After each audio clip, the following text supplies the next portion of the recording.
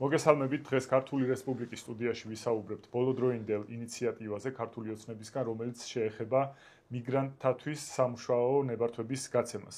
ამ საკითხზე ყველაზე მეტად უფრო ხდება ხოლმე იმის განხილვა, თუ რამდენი მიგრანტია დასაქმებული, მათ შორის საკურიერო სერვისებში და მომსახურებაში. სხვაგანაც ბევრი არიან, მაგრამ ეს ერთ-ერთი მნიშვნელოვანი ამბავია ხოლმე. სწორედ ამიტომ ჩვენთან დღეს არიან ირაკლი მილაძე, ბექა კობრიაშვილი. კი ბატონო, მოდით დავიწყოთ იმით, თქვენ რა გამოცდილება გაქვთ, იმიტომ რომ თქვენზე უკეთ ახლა ის თუ როგორ ხდება დაუშვათ ამ სამუშაოს განაწილება ადგილობრივ და მიგრანტებს შორის, ალბათ უკეთესად არავის არ ეცოდინება. ამიტომ თქვენ მოგვიყევით თქვენი პერსპექტივა და მე საუბარში რაღაც საკითხებს შევეხოთ და რა არის პრობლემა, როგორ შეიძლება გამოსწორდეს და რამე შედეგს უნდა ველოდოთ თუ არა, მათ შორის ამ ცვლილებებიდან, ამაზეც ჩვენი აზრი გამოვხატოთ.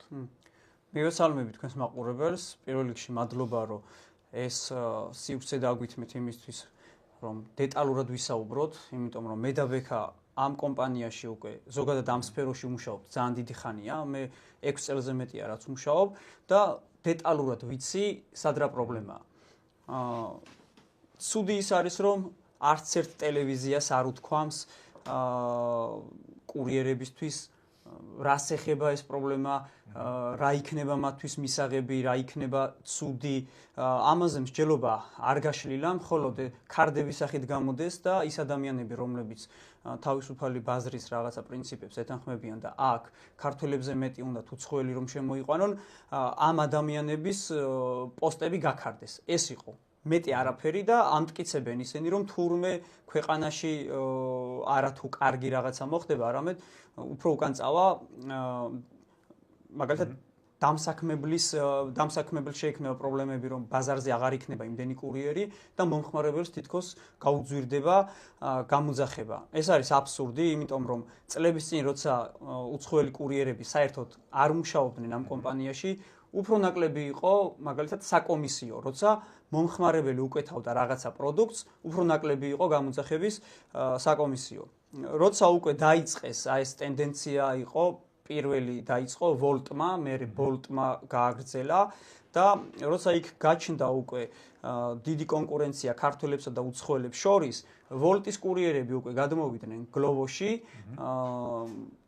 უკვე აღემატებოდა უცხოელი კურიერების რაოდენობა ქართველ კურიერებს, შემდეგ უკვე ვოლტმა ტარიფები დააკლო, ამას მოყვა კურიერების მხრიდან უკმაყოფილება, პროტესტი იყო ერთი კვირის განმავლობაში, იქ უკვე რამდენიმე კურიერი საერთოდ გაყარეს სამსახურიდან და მათი აღდგენა აღარ მოხდა, მათი შრომითი უფლებებიც დაირღვა, რა თქმა უნდა, და ეხლა ჩვენს ქვეყანაში ნებისმიერი ადამიანის უფლებები ირღვევა, არათუ ვოლტის კურიერის.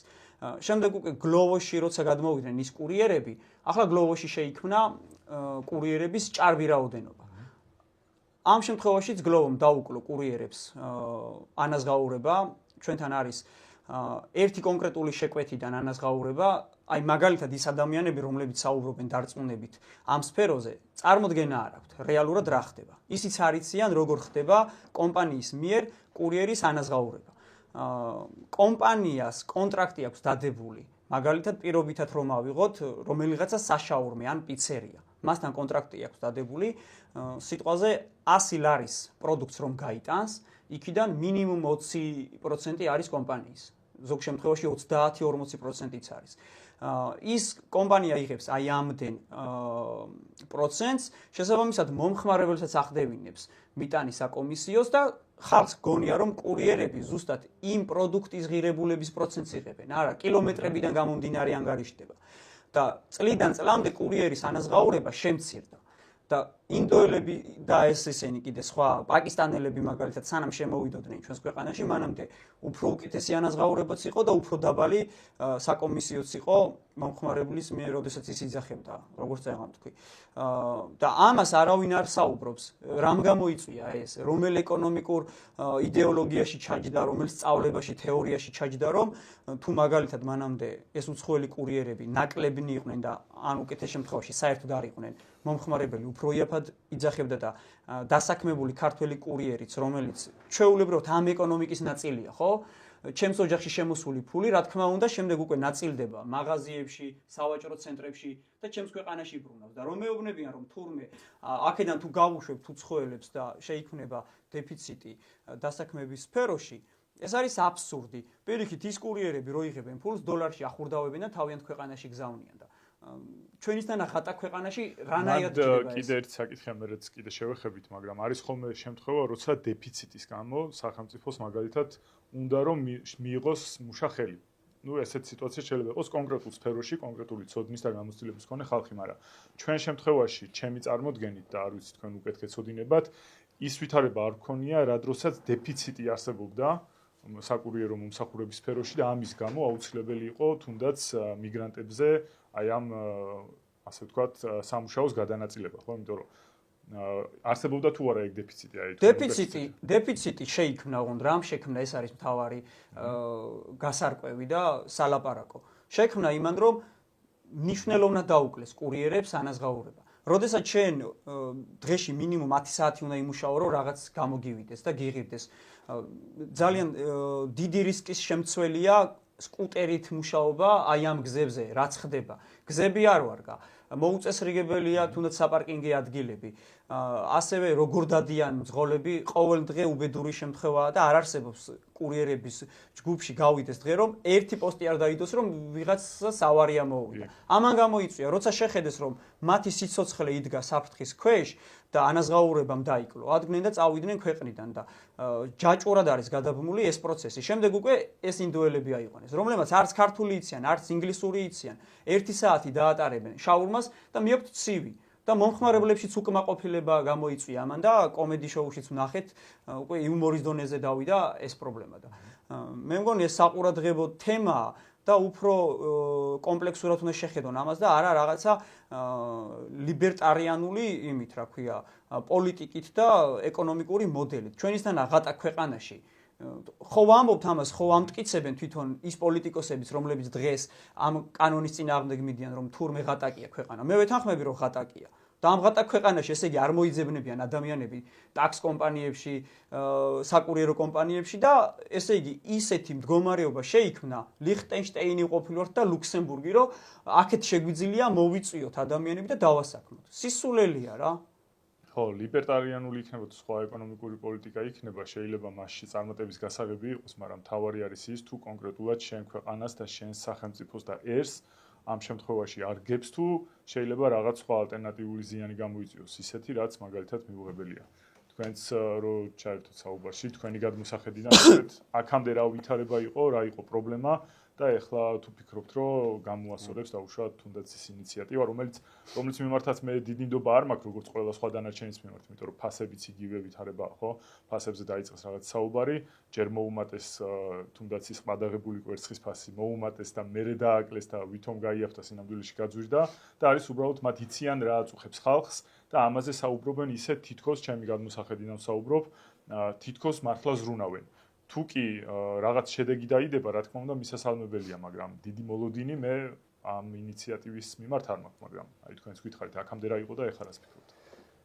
მეც 4 წელია უკვე ამ სფეროში ვარ, თავიდან ვიყავი ვოლტში დასაქმებული და ახალი დაწყებული მქონდა უკვე კურიერობა, როდესაც პროტესტები დაიწყო, თუ გახსოვთ დიდი პროტესტი რო იყო ვოლტის აქციების.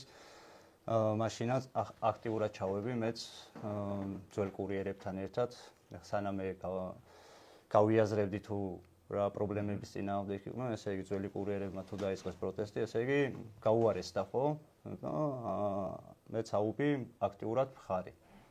ვოლტიდან შემდეგ აქციები, რა თქმა უნდა, ერთ კვირაში, ორ კვირამ გაატარა, იმიტომ რომ იციან რომ ბანკის ვალები გვაქვს, ქირები გვაქვს და დიდხანს ვერ გავუძლებთ პროტესტის რეჟიმში.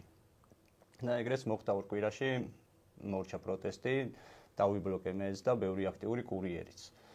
დანარჩენები, ვისაც არ მოეწონა ეხლა ეს დარჩენილი ტარიფი რაც იყო, საჰაეროთ იგვიზომავდნენ, არ იყო კილომეტრით, ან პირდაპირ გვიჭრიდა და ჩვენ უნდა გავგველო ამ წლები დაგვერწყა და ისე მივსულიყავით. მოგვიწია გადასვლა სხვა საკურიეროში, რა, ზოგი გლოუში გადავიდა, ზოგი გადავიდა ბოლტში. ამას შექმნა ხელოვნური დეფიციტი მუშახელის და დაიწყო ვოლტმა უკვე უცხოელების აყვანები. თავიდან არ იყო ესე ჭარბად მომატებული ეს უცხოელები, არ ჩვენ არ გქონდა პრეტენზია ემუშავათ, მაგრამ ეს ბოლო ხანები უკვე ძალიან მასიურად იყო დასაქმებები და ელემენტარულ რაღაცეებზეც კი ბლოკავდნენ ადამიანებს და მიზეზსაც კი არ გვეუბნებოდნენ თუ რის გამო იყო ეს ადამიანები დაბლოკილები. შემდეგ დააცადა გლოვუმაც რა რეაქცია მოყვებოდა ჩვენგან ვოლტზე ან მოსახლეობის მხრიდანაც. და უკვე მერე დაიწყო გლოვუმაც ტარიფების დაწევა. ეხლა ყველა გადავიდა ვოლტში. ვოლტში რო გადავიდა გლოვოს ხალხი დააგდო. იძულებული გახდა აიყვანა უცხოელები. მე 2 წლის უკან რო დაიწყო მასიურად გლოვუმ უცხოელების აყვანა და ეს ინფორმაცია მოვიდა ჩემამდე რომ უცხოელების აყვანები დაიწყო, ავედი ოფისში და შევთავაზე რომ მე მოგიყვან ქართველ მუშა კურიერებს და რა იყვანო უცხოელები და საქმე ქართველები ჯერ. ამ ქვეყნის ამ მოქალაქეები. ქვეყნის მოქალაქეები ჯერ და თუ დაგჭირდება მე დაიმატე, არ არის პრობლემა, მაგრამ ეგრეც მოხდაო, არ გააფუჭო. ანუ მე რომ მოგიყვან ახლა კურიერებს, არ შეამცირო ტარიფი, განაზღაურება. პირიქით გაგვიუმჯობესე მუშაობის ან ტარიფები იქნება თუ რა იქნება, პირობები შეგვიქმენ ისეთი რომ ვიმუშაოთ და უკმაყოფილოები არ ჩვენ არ ვიქნებით მეთქი რა და თუ ვოლტი გიშლის ხელს რომ ტარიფს ვერ წევ შენ დაუპირისპირდებით მაგალითად ვოლტს. ესეც მოხდა ავიყვანე 200-ზე მეტი კურიერი, ისეთი მუშა კურიერები ავიყვანე რომ პროტესტის დროსაც კი ვეღარ ვაჩერებ ისე მუშაობენ. და ანუ მაინც არ შედგა ის დანაპირები, რაც დამპირდნენ რომ გამოასწორებდნენ რა და ეხლა ვოლტის აქციების შემდეგ შევქმნით პროკავშირები. რო ჩვენი უფლებები დაგვეცვა, იმიტომ არ ვიცოდი თვაში არც ვიცოდი რომ პროკავშირი არსებობდა და რას ემსახურებოდა პროკავშირი, ეგეც არ ვიცოდი. და ძალიან ბევრმა კურიერმა არის ის რომ არსებობს პროკავშირი და ეხლა ყველა ძირითადად კურიერები ჩემგან გებულობენ რომ აი პროკავშირები შევქმნით და რას ემსახურება ეს პროკავშირები, მაგასაც უხსნი რომ ერთ სივრცეში ვიყრით თავს ამ სფეროში დასაქმებულები და ჩვენ პრობლემებზე ვიბრძვით რა, სამართლებრივად. ანუ აქ ჩვენ ხა პროკავშირში არ განვასხვავებთ ადამიანებს რაღაცა პოლიტიკური შეხედულებები და იმით რა, ანუ ვისაც შეიძლება დახმარება შრომის საკითხებში, ყველას დავეხმარებით. იქნება პოლიციელი თუ ვინ იქნება, ვინც არ დაიწყოს გაფიცვები, მივალ და მივეხმარები რა. მინდა რომ ანუ ყველას გქონდეს ესეთი შესაძლებლობა, თვიდან თვეთრე ოჯახები მარტივად შევინახოთ რა და არ გვიწევდეს ყოველ თვიდან თვეთრე ფულის ესხება, რომ ბანკი გადავიხადოთ, გირა გადავიხადოთ, ანუ ამ თვეში თუ მე ხა ვერ მოვაგრო ეს გირის ფული და ბანკის ფული და ვის ესხე, ხო, იქითაც თვესაც კიდე ესხება მიწევს. ეს გახდა პრობლემა, რომ ამ უცხოელებზე ამყარებდნენ იმედს, რომ ამ ტარიფებს დაწევენ და უფრო მეტ და მეტ ფულს იშოვიდნენ ესენი. კი, ახლა შეგაწყვეტინე პოდიში, მე არ ამგონია მაშინ, როდესაც ესე იგი როგორც ჩანს ვოლტიდან დაიწყო, ხო, ეგ ამბავი და როცა ვოლტმა ტარიფები დაუწია და მოლოდინი ქონდა რომ რა თქმა უნდა სხვაგან გადავიდოდნენ, არ ამგონია მათ ის არ განესაზღვრათ, რომ მაგ ადგილებს შეავსებდნენ მათ შორის უცხოელი მუშახელი, იმიტომ რომ ეს არის უბრალოდ ყველა მიცის რომ ასე ხდება ზოგადად. ვინც უფრო მეტად არის თანახმარო დაბალ ანაზღაურებაზე იმუშაოს, ის იკავებს იმის ადგილს, ვინც მაღალი ანაზღაურების სანაცვლოდ გააკეთებდა იგივე საქმეს, ხო?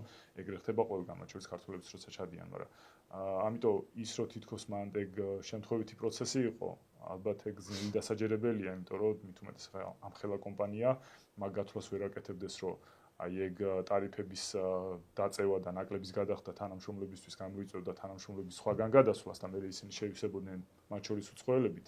ეგ მე მგონი ადვილად წინასწარ განჭრეტადი იყო ყოველ შემთხვევაში. ხო, რა თქმა უნდა. ანუ მომზადებული ყველაფერი არის ერთმანეთში შეთანხმებულად, რა. ეს ვოლტის, ბოლტის და გლოვოს ერთად არიან შეთანხმებულები ამ დაწევებზე. რა, თუმცა ჯერ ეს აწევს, მერე ეს აწევს, ანუ რაღაცნაირად აბალანსებენ ერთმანეთს. და ეს ქართველებიც აი უხეშად რომ თქვა, მუშა კურიერები, რომლებიც დღეში 10 საათს მინიმუმ ვმუშაობთ, ესე დადიან წრეზე რა. გლოვო გააფუჭებს, ვოლტში გადადიან, ვოლტი გააფუჭებს მერე ბოლტში და ესე. და ეგეც აფუჭებს სიტუაციას რა. მაგრამ იმ უცხოელს ახლა უღირს აქ მუშაობა. თურქმენი ამბობდა, რომ $100 რო გააგზავნის აშხაბადში, სერიოზული ის არის იქ. კი, თურქმენეთში გაცილებით ცუდი მდგომარეობაა, ანუ ჩვენსაც ვერ შეედრება და მანდ მინდოდა ერთი რამის თქმა რა, რომ როდესაც და აი თქვენც დამეთანხმეთ უბრალოდ კონკრეტულ შემთხვევაში თქვენთან ასე არის თუ არა, იმიტომ რომ ლოგიკა გვეუბნება, რომ წესით ესე უნდა იყოს. როცა მაგალითად არის 100 შეკვეთა სიტყვაზე ვსაუბრობ და არსებობს 10 კურიერი, ხო? 10 კურიერი როცა 100 შეკვეთას ასრულებს, რა თქმა უნდა, მეტ ანაზღაურებას იღებს.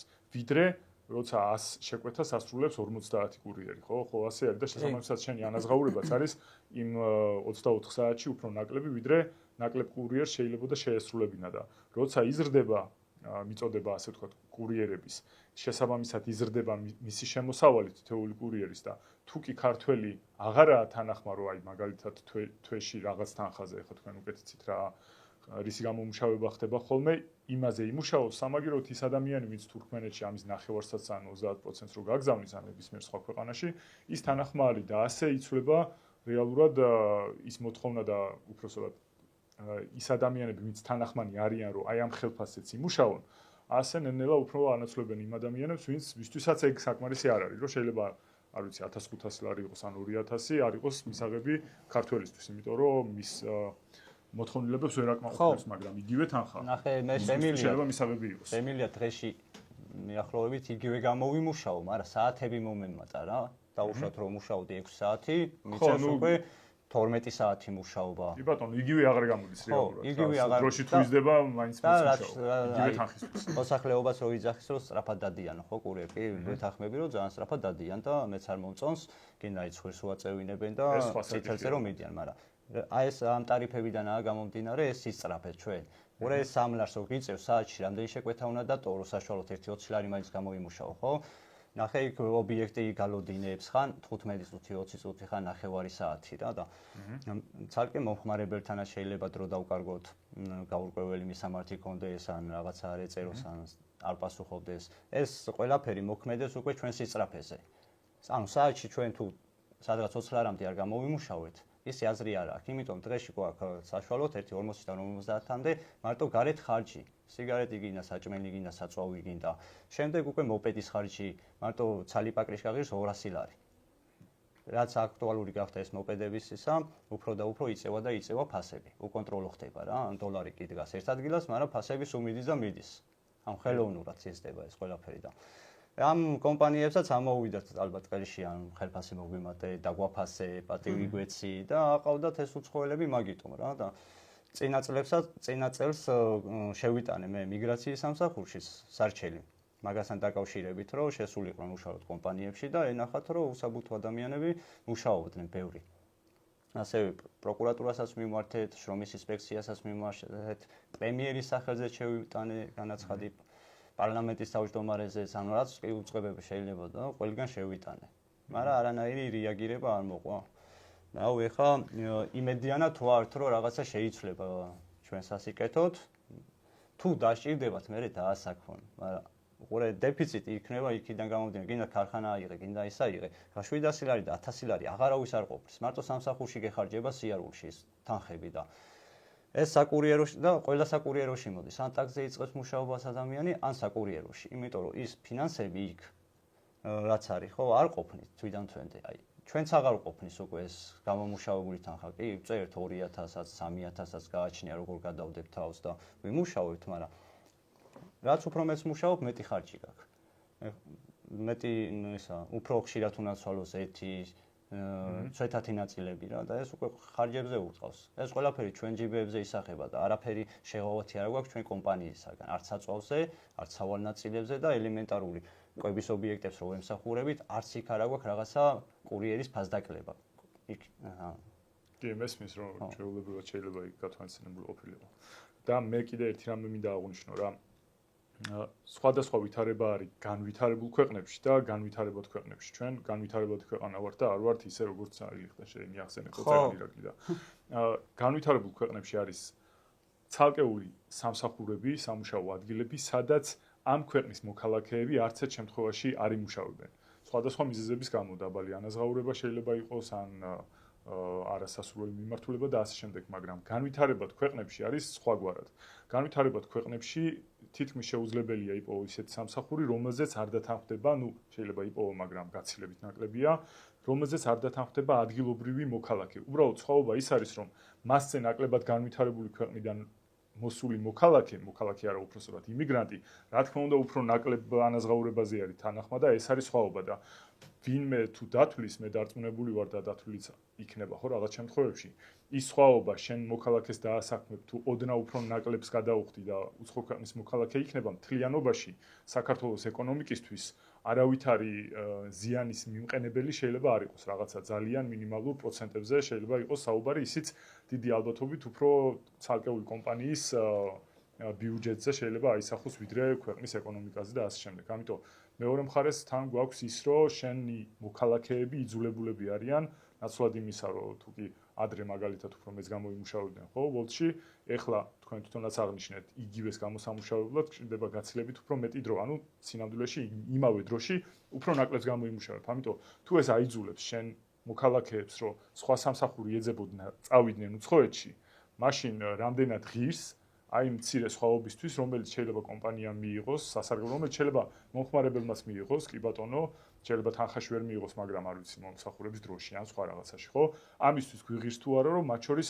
აი ესეთი სამუშაო ადგილები როგორიც არის თუნდაც საკურიერო მომსახურება სადაც ძალიან ბევრი ადამიანია დასაქმებული ეს არ არის რაღაცა ისეთი საქმე სადაც 1-2 დასაქმებული ყავს და არ არის მნიშვნელოვანი ხო ამიტომ ეგ ღირს თუ არა ეგ არის გასარკვევი და ჩემთვის მაგალითად მე რასაც უყურებ ჩემთვის არ ღირს ჩვენი მოქალაქეები მიდიოდნენ უცხოეთში სამუშაო საძებნად იმიტომ რომ ვითარება ჩვენთან შეიცვალა იმიგრანტთა ხარჯზე და ის მცირე სხვაობა რომელიც შეიძლება მივიღოთ სარგებლის სახით და ისიც კიდევ ერთხელ ვიტყვი კომპანიამ შეიძლება მიიღოს და არა სინამდვილეში მომხმარებელმა არ ღირს იმისთვის რომ ჩვენი მოქალაქეები მიდიოდნენ უცხოეთში ან ადგილზე ვერ ნახულობდნენ სამსახურს რაც რა თქმა უნდა იწვევს იმას რომ წავიდნენ საბოლოო ჯამში ქვეყნის გარეთ. ნახეთ როგორ არის ნებისმიერი საერთაშორისო კომპანია რომელიც შედის რომელიღაცა ქვეყანაში ერგება იმ ქვეყნის კანონმდებლობას ხო?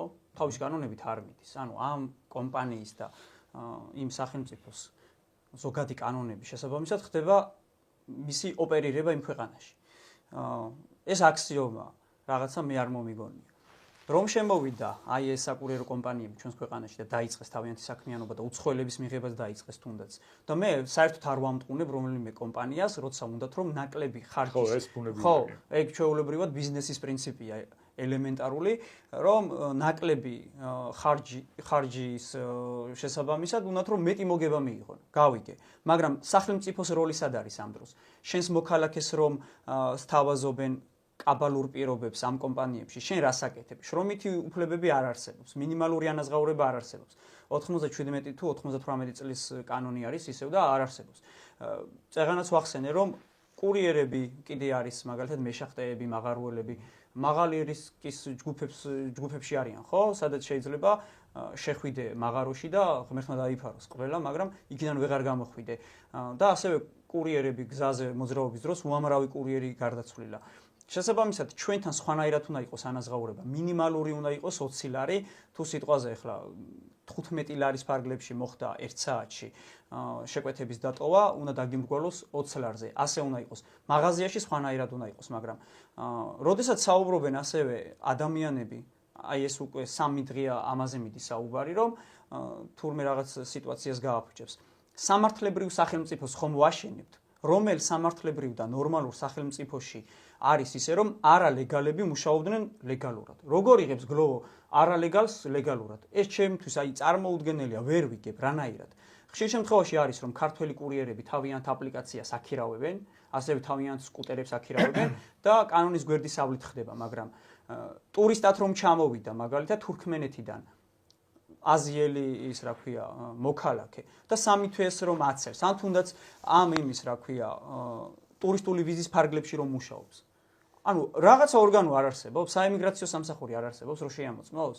ჩვენ რო გვაჩერებენ და შეკვეთა რომ მიდევს ჩანთაში შაურმა და თითქოს წამალს ეძებენ და რაღაცა ნარკოტიკულ საშუალებებს ეძებენ. ანუ ამისთვის იცლიან და იმისთვის ვერ იცლიან, რომ ეს ადამიანი რომელიღაცა, რავი, კონკრეტული სახელმწიფოდან ჩამოვიდა, არალეგალურად მუშაობს და შემდეგ უკვე თუნდაც ლიბერტარიანული პოლიტიკის და ეკონომიკის მომხრეები არგუმენტად მიყენებენ იმას, რომ თურმე ქართველებიც მუშაობენ საზღვარგარეთ. ქართველები მუშაობენ ისეთ ქვეყნებში, რომლებშიც ადგილობრივი მუშახელი არ მოიძებნება იმ სამსახურისთვის. იტალიაში და საბერძნეთში ადგილობრივი ბერძენი და იტალიელი არ მუშაობს, მე მგონი ძიძათ და მოხუცების მომლელებად.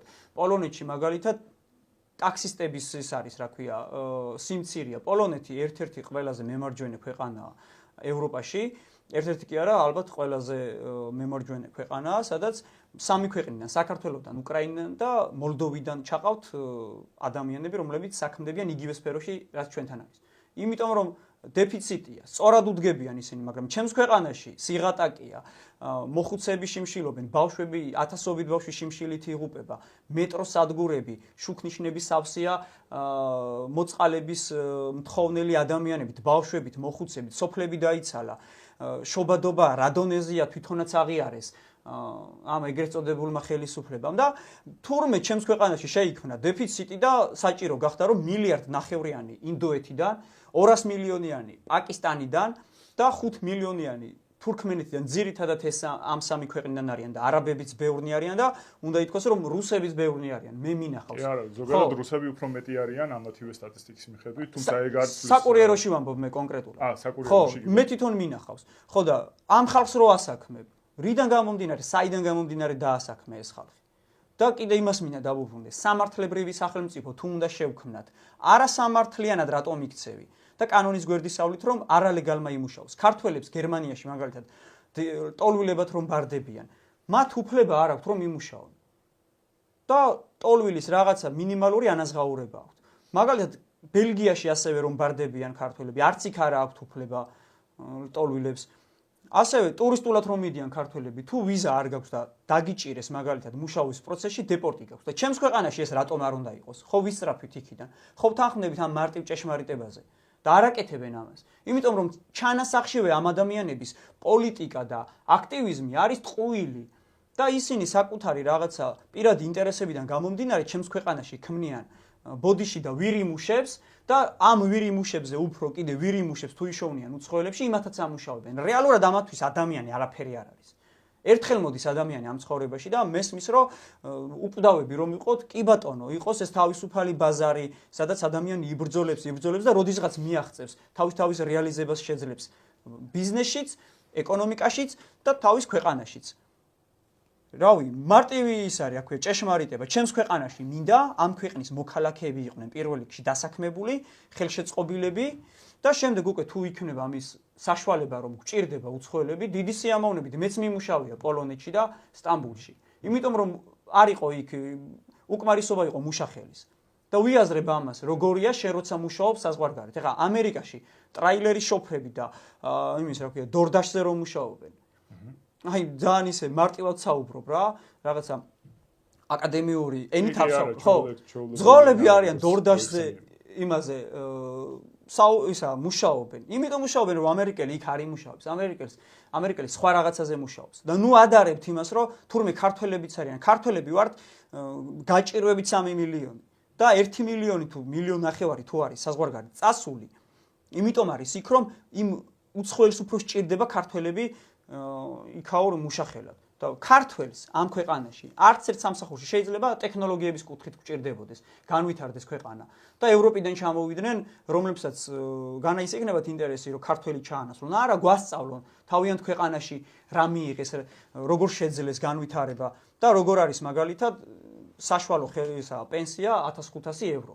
და მიუბაძოთ მაგალითად თუნდაც სკანდინავიურ ქვეყნებს, სადაც მაგალითად ფინეთი სოფლიოში ყველაზე ბედნიერ ერების იმაშია. ფინეთი ბევრ რამეში არის სამაგალითო. მაგრამ სოციალისტურია. ვინმე ამბობს, რომ ფინეთში ვინმე სუფრება ირღვევა, პირიქით გადანაწილებულია იქ არსებული რესურსები მოსახლეობაზე. აი მე ესეთ შეხედულება მაქვს, მოდი ჩაგეჭრები.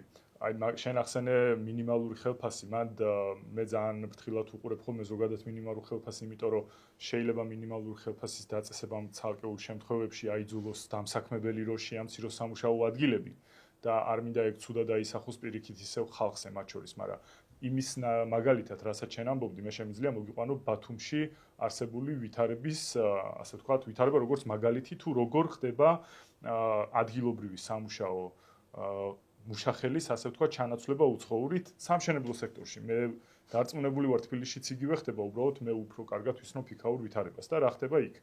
მოკლედ ჩვენი მოქალაქეები, რომელთაც აქვთ თავიანთი ჯგუფები, რომლებიც მუშაობენ მშენებარე კორპუსებში სხვადასხვა, არ ვიცი, ლესვაზე და სანტექნიკაზე და ასე შემდეგ, რა თქმა უნდა, იღებდნენ გარკვეულ თანხას, მაგრამ ეხლა ის იმიგრანტთა ჯგუფები, რომელთაც ისევ ქართულ ოცნებასთან დაკავშირებულ ბიზნესმენებს, რომელიც კორპუსებს თავისთავად ძირითადად ეგენი აშენებენ, ხო? მე მგონი აქ გასაკვირი არაფერი არ არის.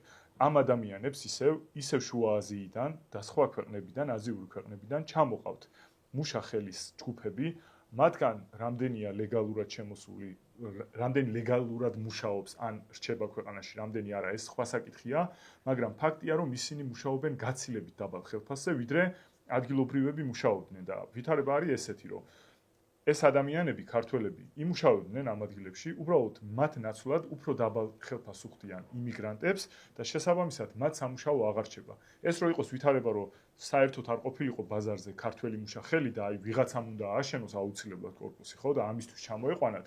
კი ბატონო, მაგრამ ეგეთი პრობლემა ჩვენ შეიძლება გქონდეს რაღაც მაღალკვალიფიციურ სამსახურებზე, სამეცნიერო დარგებზე და ასე შემდეგ, სადაც რეალურად გვიჭირს და არა იქ, სადაც არის მაგალითად მშენებლობა ან თუნდაც საკურიერო მომსახურება და ასე შემდეგ. ანუ კიდევ ერთხელ განმეორდები, რომ ჩვენისთანა განვითარებად ქვეყანაში ძალიან ცოტაა ისეთი სამსახურის ტიპი, სადაც ქართველი უარს იტყოდა მუშაობაზე, მაგრამ პრობლემა არის მაშინ, როცა უფრო იაფ მუშახელს ნახულობ შემოყავს უცხოეთიდან და მის ხარჯზე, თუნდაც ის ბიზნესი, რომელიც მაგალითად სამშენებლო ბიზნესში არის, იღებს შეღავაც, მაგრამ ამასობაში ქართველებისთვის, ადგილობრივებისთვის სამუშაო ადგილი ხდება დაკავებული უცხოელების მიერ. აი მინიმალურ ანაზღაურებაზე რო ვსაუბრობთ ეხლა. საკურიერო სფერო ისეთი ის არის სპეციფიკური ხო, აქ პირდაპირ ტარიფი არის მოცემული და დასაქმების საშუალება, რომ როდესაც მაგალითად არის პირობითად 100 შეკვეთა და მალე უნდა დაიტოვოს ის 100 შეკვეთა, რანაირად შეამცირებს ახლა მაგალითად საკურიერო კომპანია კურიერებს. პირიქით.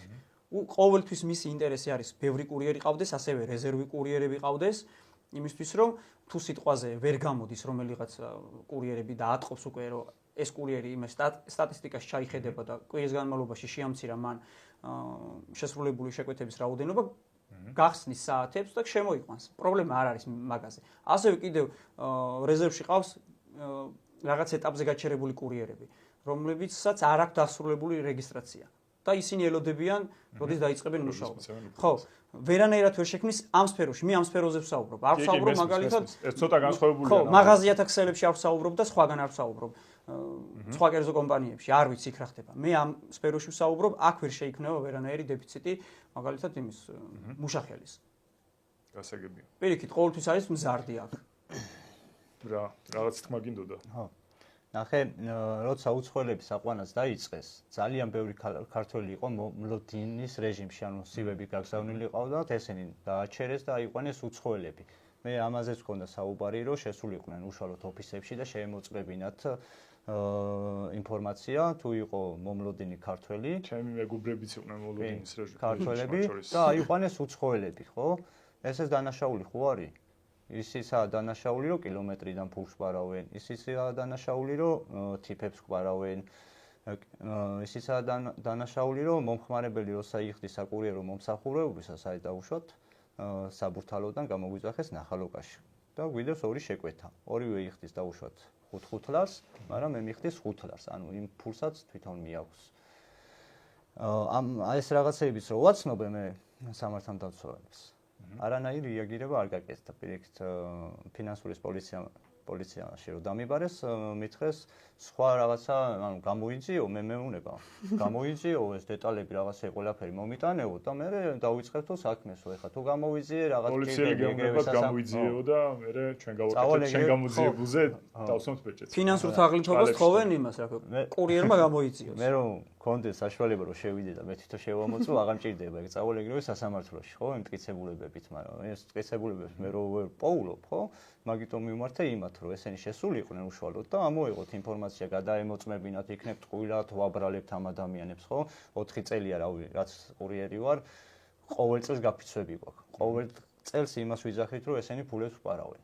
მაგრამ არანაირი რეაგირება არ მოყვა. ეხლა მიგრაციის სამსახურში რო შევიტანე, კი, ესა განაცხადი, ხო? მოყვა რეაგირება, იყვნენ აქ საკაძეზე მოსულები და შევხვდი უშუალოდ ხელმძღვანელს და მითხრა, რომ ანუ მეც დავაკვირდი იქ პროცესებს. ყველას მოწესრიგებული ქონდა საფუთები. აი 1-2 თუ დააკავეს 1-50 კაცისგან გააჩერეს. ეს ყველაფერი ხდება იუსტიციის სახლშიო. ჩვენ აქ ვერაფერს ვერ შევძლებთ. ეს ანუ იუსტიციის სახლში მიდის ჩაწერები და დიდი ფულის კეთება მიდის, რავი, ჩემი აზრით. ფულის კეთებაზე. მარტო სახელმწიფო კი არა დამნაშავე. ის ქართველების არიან დამნაშავე, იმას დოლარს ხამდებიან დაუშვათ თუ $1000 რომ ჩაწერას უკეთებენ, იქ ბარათებს უკეთებენ. აი, მაგაზეცა დიდისა რა. მაგას სამწუხაროდ ახლა ჩვენ ვერ სამწუხაროდ კი, მაგრამ ბევრ რაღაცაში ჩვენთან ესეთი რაღაც ხდება ხოლმე, რასაც არ გააკეთებდეს მოქალაქე, მაგრამ ეს ყველაფერი სახელმწიფომ უნდა გააკონტროლოს, არა? აი, თუ გინახავთ ის მაგალითად ერთ კორპუსთან ერთი 10 სკუტერი არის გაჩერებული და იქალოგია საკურიერო კომპანიის ჩანთები. მან რა ხდება იცით? იქირავებენ ერთ ორ ოთახიანს, დგამენ იქ ორ სართულიან საწოლებს, ზოგს იატაკზე ზინავს და აი მაგალითად ეს 10 კაცი, 20 კაცი რო ერთ ბინაში არის, იხდიან ერთი ბინის იმას რა ქირას და მე გვესაუბრებიან იმაზე, რომ თურმე ეს ადამიანები ქვეყანაში რომ შემოდიან ეკონომიკური რაღაცა წარმატებისთვის მნიშვნელოვან როლს თამაშობენ. როგორ 20 კაცი რომ ერთ ბინაშია, რომელსაც უნდა იქირავა მინიმუმ 10 ბინა, ხო? ორ კაცზე რომ გადავანაწილოთ საშუალოდ. აი ესეთი მდგომარეობა. მე ადამიანები თავიანთ ქვეყანაში გზავნიან ამ დოლარს, იქნება აქ დოლარის უკმარისობა. რავი ხა პაკისტანში რო საერთოდ ეჭვი მაქვს რომ ეგეთ დაბალანაზღაურებაზე სამუშაოზე, რასაც ახლა ისინი ასრულებენ, ხო? თავისთვის არც ისე ჩვენთვის შეიძლება არც ისე მეტი გაგზავნონ, მაგრამ თავარი პრობლემა ჩემთვის ისე ვისრჩება ვისი სამუშაო ადგილი შეეხება საქმე და ვინ იმუშავებს ბოლო-ბოლო იმ სამუშაო ადგილზე, რომელიც საქართველოში არის შექმნილი რა. შეიძლება ესეც იყოს შენ რაც თქვი, მაგრამ ამაზე მეტად ჩემთვის მაგალითად პრიორიტეტული ეგაა. არ ვიცი რამდენს შეიძლება მან $50 გაგზავნოს თვეში და ჩვენ ქვეყანას არ დაეტყოს და არც ბევრ ამის არ დაეტყოს და მისთვის ძალიან ბევრი იყოს მათ შორის, ხო, გააჩნია.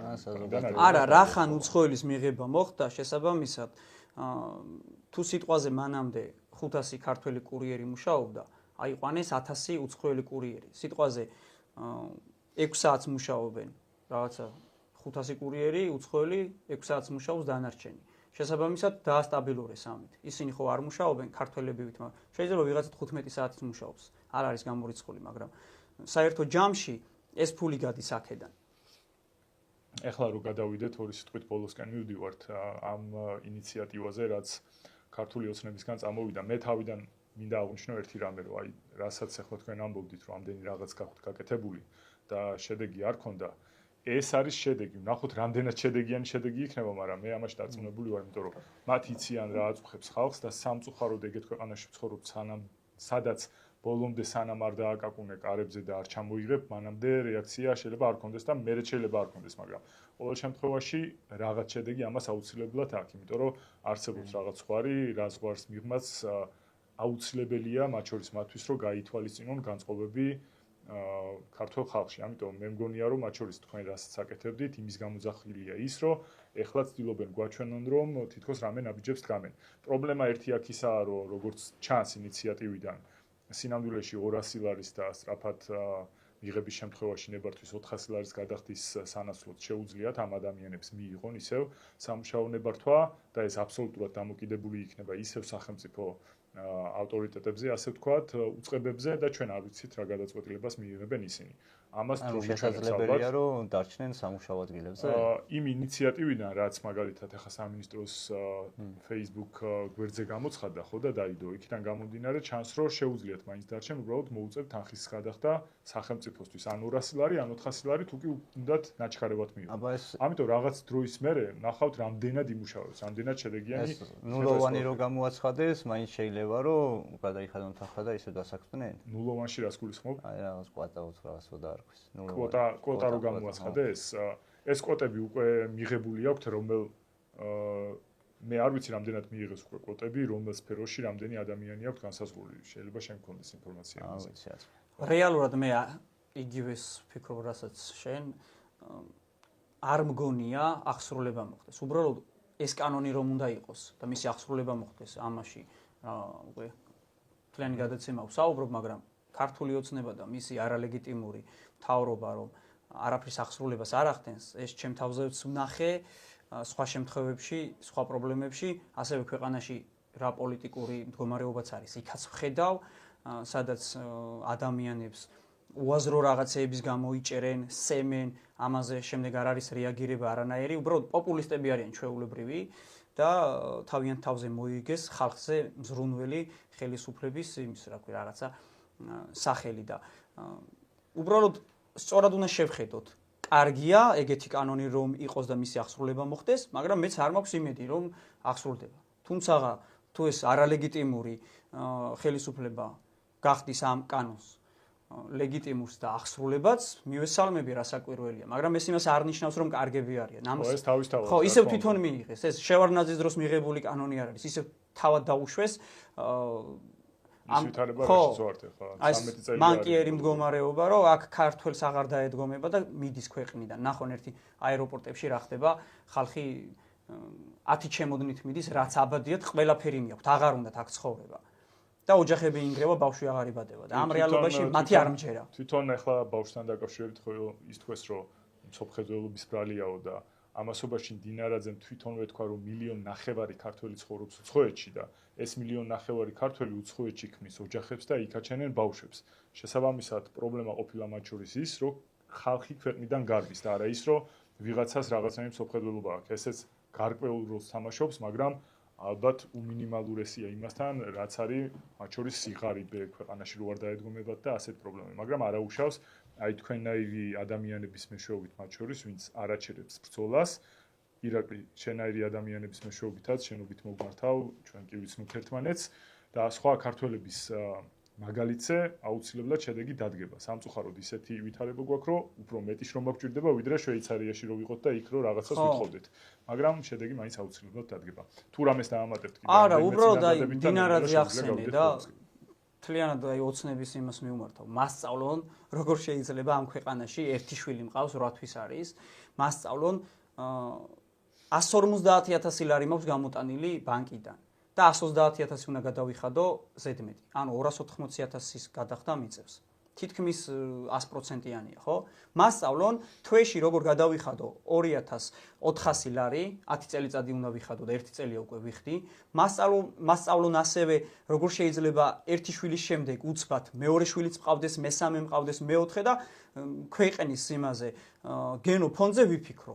და ასწავლონ ახლა დანარჩენებს 1000 ლარზე რომ მუშაობენ მარკეტებში და კიდე ნაკლები ანაზღაურება საჯარო სექტორში კიდე რა ხდება 500 ლარებზე ამუშავებენ ადამიანებს. აი ასე სცემენ ადამიანებს ესენი პატივს და შემდეგ შემოგვიბრუნდნენ და ჩვენ გვეუბნებიან რომ თურმე სოფლმხედველობა გვაქვს დამახინჯებული. რაზე ზრდი და მამუკა მდინარაძე და ირაკლი კობახიძე 14 წლის განმავლობაში ჩვენ საზოგადოებას.